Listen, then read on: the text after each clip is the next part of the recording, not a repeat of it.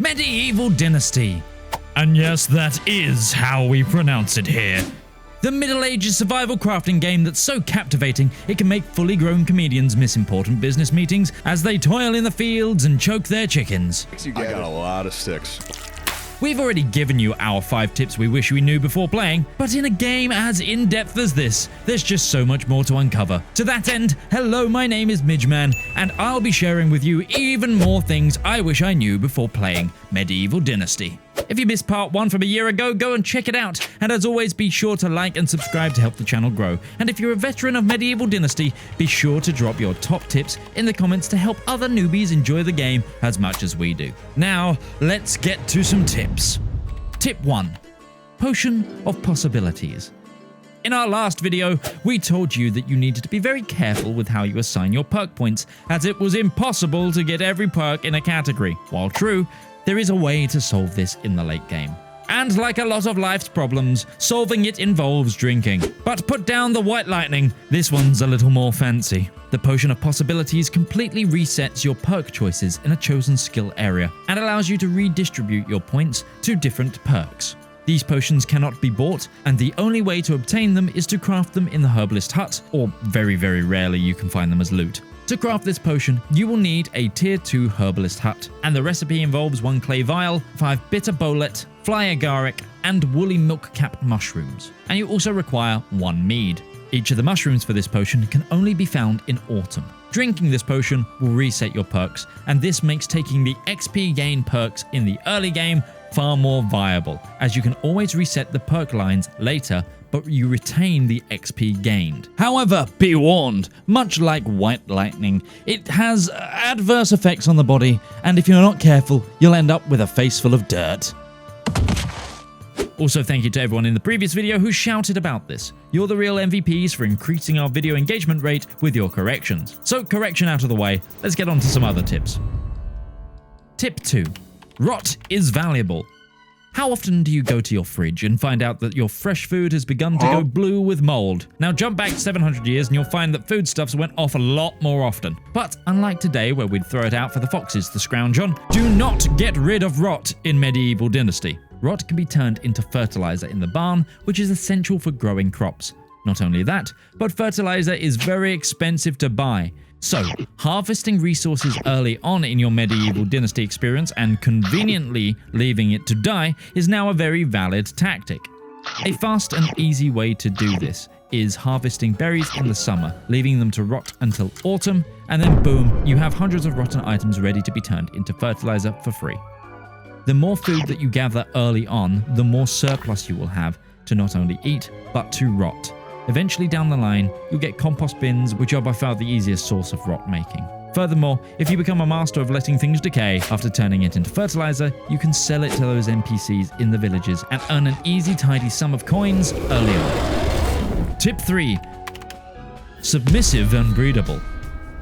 In our previous guide, we mentioned the super needy, annoying, and glitchy lifeblood of your town, known as villagers. We gave you a few tips on how to make them happy and productive without breaking your back for late game resources. But we didn't go into the details about the villagers themselves and other ways to get more outside of running around to homeless camps and drawing them back to your village with the promise of a shack, like some feudal Pied Piper. So let's talk population growth. While some people may want to create a sheen factory of their workers and ignore their happiness, it's counterproductive. A happy villager will work more efficiently for one thing, but more importantly, a happy villager will also be happy at nighttime, if you know what I mean. And the happier that villagers who have coupled up are, the more children they produce, which is vital to keep your village going for several years. If the hovels are rocking, don't come a-knocking.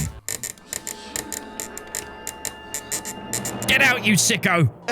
Speaking of children, be aware that the mother will work whilst pregnant, but when the child is born, the mother will stop working. This can be a major oh heck moment in-game when half of your workforce suddenly stops working for years while they're caring for the child. So be wary of this when coupling up your villagers. This therefore brings me on to how to make babies. It's quite simple. Move a male and a female into the same house, and boom, there you have it, a child. A child. But you need to consider a few things first. Firstly, the closer in age the couple are, the more likely they are to marry and reproduce. And secondly, the happier they are, the quicker the relationship will develop. Tip 4.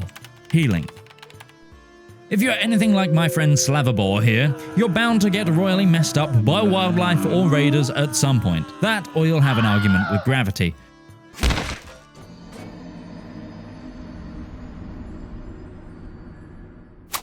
So naturally, you'll need to know how to heal yourself in Medieval Dynasty. While not a primary healing method, staying well fed and hydrated is essential. A full hunger and thirst bar helps with natural health regeneration, and some high quality food items like certain stews or cooked meats might also provide a small health boost. But the most common early way to heal is broadleaf plantain. You can find this herb growing in the wilderness, and simply eating it from your inventory will restore a small amount of health.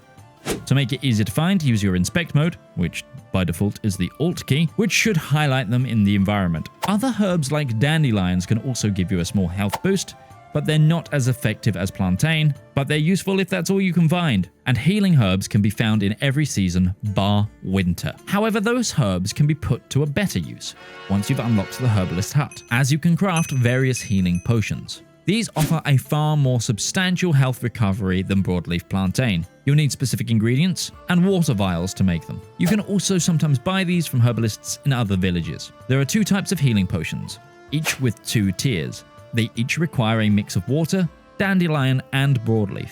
The instant healing variants give 35 and 100 health respectively, whilst the potion of healing variants give 90 HP and 190 HP at tiers 1 and 2, the difference being the healing is calculated over time. The final ways to heal is by either getting care from your wife, for which you need to be married, so good luck with that, or by sleeping. Resting in a bed will restore some of your health, and the changing of the seasons will heal you fully. Just try not to upset the ground too often and you'll be fine.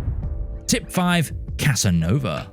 As we mentioned in our healing section, having a treasured loved one has its perks, but being a Casanova can actually improve your perk level. Diplomacy is super important for getting the best prices on the market and making the most from the products you sell. We've found the best way to level up your diplomacy is by treating the early game like medieval Tinder and attempting to romance every NPC of the opposite gender you see. That's right, if you're a man, romance every woman. If you're a woman, romance every man, as this will help you level your diplomacy, which in turn you can spend on points to reduce your tax payments and improve your bartering, allowing you to, in essence, use your loved ones to avoid tax, just like in real life. And that's it for this video. It was fun to return to Medieval Dynasty after so long, so thank you to those who jumped in the comments requesting more. If you'd like more Medieval Dynasty guides, such as an in-depth building and settlement guide or a hunting guide, let us know in the comments down below, hit that like and subscribe button, and I've been Midgeman, and I'll see you in the next video.